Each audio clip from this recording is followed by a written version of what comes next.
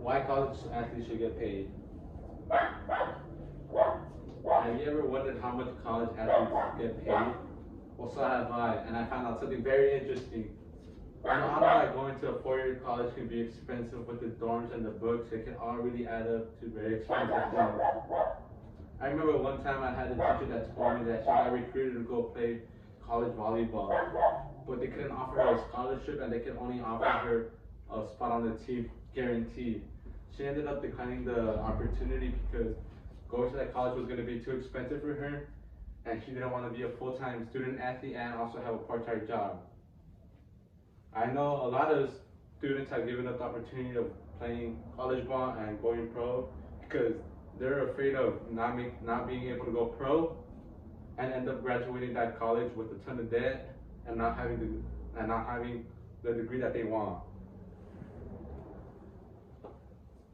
So what is the problem? The problem is that students want to get paid for playing for colleges teams, but the colleges refuse to pay them.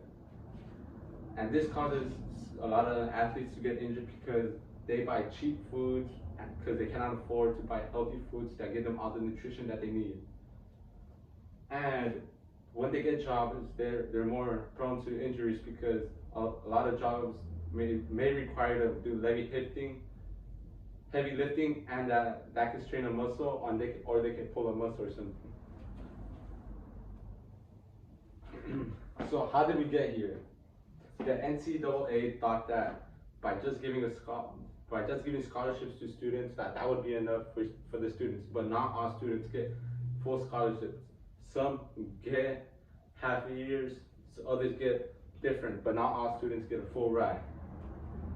The NCAA also requires all students that want to play pro or declare themselves for the draft to go at least 1 year to college. The NCAA also does not permit endorsements or sponsorships from other companies for students and colleges. So here's a piece of data that I found from the Business Insider. We can see that from the year of 2005 to the year 2014, the revenue that the athletes bring in has increased, reaching a peak of $145 billion. But we can see right here that the athlete scholarship expenses have stayed the same throughout the years from 2005 to 2014 to approximately $12 billion. So that is, they're only using approximately about 90% of the revenue that the student athletes bring in. So there's approximately around $132 billion that is not being used, and that money could be used to help pay for some of the salaries for the students. So what are some solutions? Some solutions are that the NCAA can ban the rule, one and done rule, which means that, as I explained before, that it means that the students have to go to the college for 1 year before they declare themselves to the draft. But if they lift this rule up, the students will be able to go straight from high school to declare themselves to the draft or go play pro ball. And this is only in the United States. Another solution that they could do is that the colleges could give them a percentage of the admissions that they get for the games. They could get a certain percentage, and if the college students make it to the NCAA playoffs, they could get a raise because the NCAA playoffs are broadcasted on international TV, and with that comes an increase of revenue for the colleges. Student athletes should also be able to form unions because they put in the same amount of work and effort to the game as pro athletes. The athletes put approximately around 60 hours of practice in the off season, and college students put in around 50 hours of practice during the off season. The student athletes should be able to protest or go on strike without being threatened to get kicked out from school or being expelled from the school or being kicked out from the team.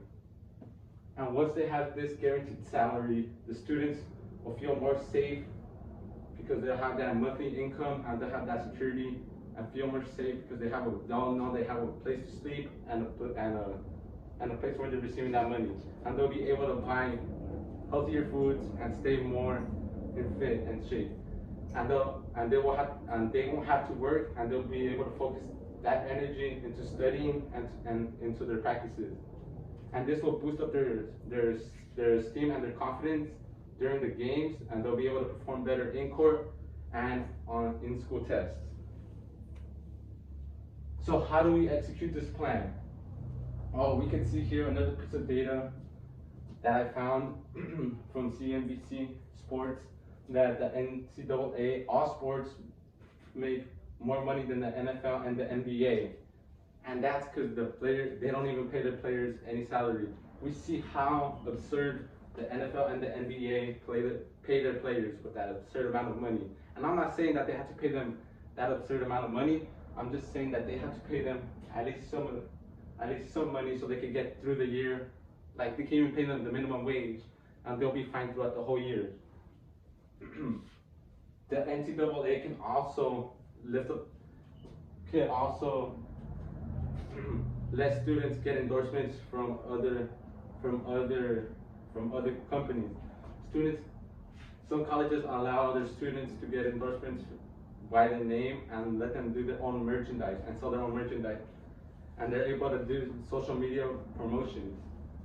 The NCAA doesn't allow colleges to get sponsorships from other companies, but if the NCAA lists that, they'll be able to get sponsors and endorsements, and with that money they'll be able to pay some salary they'll be able to pay the college students' salary. So that, with the scholarships that include dorming and board from the schools, and with the help of the NCAA, the student athletes will have a way of sleeping and a way of buying healthier foods, and that will be able to help them improve their skills. In conclusion, students should be paid because being a student athlete is basically like having a job, because they put in all the hours and all that work. If the students don't get paid, they will start to not perform well in school or in the games, and then the schools won't be able to make the NCAA tournament, which is the most prestigious tournament in college sports. And if they don't make that, then the colleges that don't make it will start to lose their prestige and will be not considered a top tier school. With the support of the NCAA and the scholarships that the colleges give, the students will have a place to sleep and a sort of income that they will be able to buy healthier food. And thank you.